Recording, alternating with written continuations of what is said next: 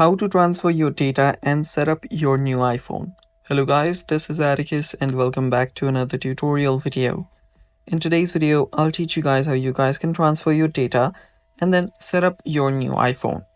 So before we begin, if you guys are new to our channel, head down below and hit the subscribe button so you don't miss out on our future videos. Also, press the bell icon so you get notified when we release our new videos. So let's begin.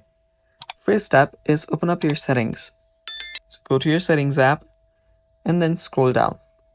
There you'll find general. Tap on that. And after you're on your general, you'll need to scroll down all the way.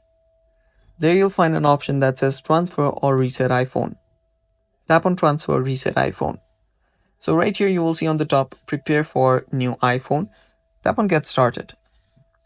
After that you will see that what will happen during this process. Whenever you're ready for your new iPhone, you can use this feature and your apps and data will be uploaded to the cloud, and after that it'll be transferred to your new iPhone and all of your data will be simply be sent over there as well.